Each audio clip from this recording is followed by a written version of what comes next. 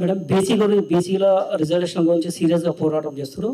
మీరు BRS party ఎమ్మెల్సీగా ఉండి పోరాటం చేస్తున్నారా, లేకపోతే బీఆర్ఎస్ పార్టీ నుంచి పూర్తిగా మీరు దూరమైనట్ట?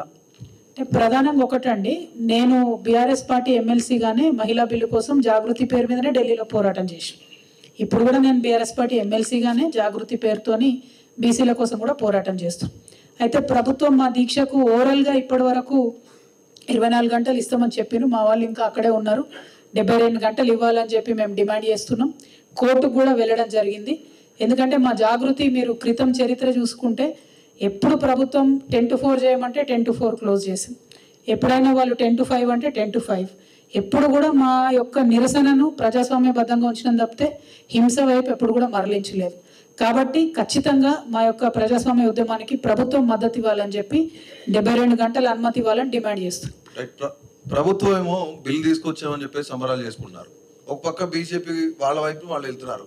ఆర్డినెన్స్ తీసుకొచ్చారు. ఆర్డినెన్స్కి ఏమో ఇక్కడ న్యాయ సలహా కావాలని గవర్నర్ పంపించారు. అంటే ఇదంతా ప్రొలాంగ్ అవుతానే ఉంది. మన పక్క రాష్ట్రం తమిళనాడులో 3 సార్లు ఇలానే ఆర్డినెన్స్ తీసుకొస్తే హైకోర్టు కొట్టేసింది. బట్ ఈ ఆర్డినెన్స్ నిలబడే ఛాన్స్ ఉందా అసలు?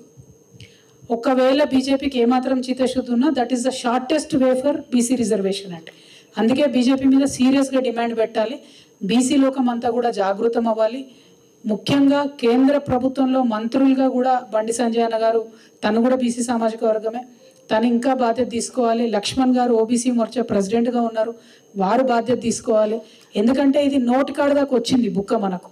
ఇది మళ్ళీ లోకల్ బాడీస్, పైదేం కాదు, కేంద్ర ప్రభుత్వం యొక్క దీనిలో సంబంధం ఏం లేదు. యాక్చువల్లీ రాజ్యాంగంలో ఉన్న అనేక ఆర్టికల్స్ సపోర్ట్ చేస్తాయి రాష్ట్రాలు తీసుకోవాలని చెప్పి. ఇప్పటికి కూడా నేను డిమాండ్ చేస్తున్నా, కేంద్రంలో మీరు యూనిలాటరల్గా 27% ఇస్తే ఇచ్చుకున్నారు, కానీ ఏ రాష్ట్రానికి ఆ రాష్ట్రం దయచేసి ఫ్రీడమ్ ఇవ్వాల్సిన సమయం వచ్చేసింది.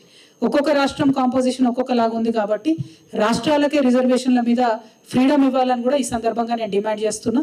మీరు అన్నట్టు ఆర్డినెన్స్ పాస్ చేయడానికి, బీజేపీ మీద ఒత్తిడి చేయడానికి కూడా మా దీక్ష పనికొస్తుందని నేను అనుకుంటున్నాను.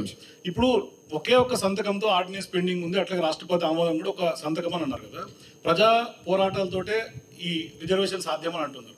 ఇప్పుడు రేవంత్ రెడ్డి కూడా ఢిల్లీలో ప్రజా పోరాటాలు పెడుతూ 3 రోజులు దీక్షలు, ఆయన కూడా రాష్ట్రపతిని కలవటాలు ఇదంతా చేస్తున్నారు. అంటే ఇప్పుడు మీరు ప్రజా పోరాటాలు, ఆయన ప్రజా పోరాటాలు, ఇక్కడ ఆయన చిత్తశుద్ధిని మీరు ప్రశ్నిస్తున్నారు. ఇప్పుడు మీ చిత్తశుద్ధి ఏంటి అని ఒక పాయింట్ రైజ్ అయ్యే అవకాశం ఉంటుంది. ఒక పాయింట్. 2, కవిత గారు కూడా బీసీ రిజర్వేషన్ల సాధనలో క్రెడిట్ వార్ కోసం ఏమైనా పోరాటం చేస్తున్నారు అనేది 2వ పాయింట్. 3వ పాయింట్, సెంట్రల్ గవర్నమెంట్ 46% అంటే రాహుల్ 46 అంటున్నారు, వీళ్ళేమో 42 అంటున్నారని. అంటే ప్రజల్ని కన్ఫ్యూజ్ చేయదలుచుకున్నారు అందరూ కలిసి అనేది ఒక పాయింట్. ప్రతిపక్షంలో ఉన్న వాళ్ళు ప్రజా పోరాటాలు చేస్తారండి, ప్రభుత్వంలో ఉన్న వాళ్ళు వ్యవస్థలతో పోరాటం చేయాలి. ప్రభుత్వంలో ఉన్న రేవంత్ రెడ్డి గారు పోయి జంతర్ మంతర్ల చూమంతర్ అని చెప్పి డ్రామా చేయొద్దు. వారు చేయాల్సింది ఏంటంటే, వాళ్ళ 3 గాంధీలు ఉన్నారు, సోనియా గాంధీ, రాహుల్ గాంధీ, ప్రియాంక గాంధీ. 2 లోక్సభలు ఉన్నారు, 1 రాజ్యసభలు ఉన్నారు. ఫస్ట్ వాళ్ళకి నిజంగా తెలంగాణ బీసీల మీద చిత్తశుద్ధి ఉంటే పార్లమెంట్ ఆపుడు బంద్ చేసి పార్లమెంట్లో తెలంగాణ బీసీ బిల్ మీద చర్చ పెట్టాలి, first demand. Second, Sonia Gandhi గారు కోరితే రాష్ట్రపతి గారు అపాయింట్మెంట్ ఇవ్వకుండా ఉండరు. సోనియా గాంధీ గారు తక్షణమే రాష్ట్రపతి గారు అపాయింట్మెంట్ కోరాలి, దానికోసం రేవంత్ రెడ్డి గారు ప్రయత్నం చేయాలి. ఇవి 2 పనులు చేయకుండా, 3వది ఇంకా ముఖ్యమైనది, తమిళనాడు ముఖ్యమంత్రి గారి లాగా రాష్ట్రపతి గారి మీద కేసు వేయకుండా, గవర్నర్ గారి మీద కేసు వేయకుండా ఢిల్లీలో జంతర్ మంతర్లో కూర్చొని ప్రతిపక్షాలు చేసినట్టు వారు అక్కడ ఉట్టిగా షో చేస్తే మాత్రం తెలంగాణ ప్రజలు నమ్మరు, దాంతో రిజల్ట్ రాదు. లాస్ట్ టైం కూడా వారు అక్కడ షో చేసారు, అప్పుడు దానికి రాహుల్ గాంధీ కూడా రాలేదు. అప్పుడు మరి ఇప్పుడన్నా రాహుల్ గాంధీ గారు వస్తారో రారో నాకు తెలియదు, కానీ దానికి శాంక్టిటీ ఏమి ఉండదు. ప్రభుత్వంలో ఉన్న వాళ్ళు వ్యవస్థలతో పోరాటం చేయాలి, వ్యవస్థల మీద ఒత్తిడి తీసుకురావాలి. దానికి 3 మార్గాలు ఉన్నాయి.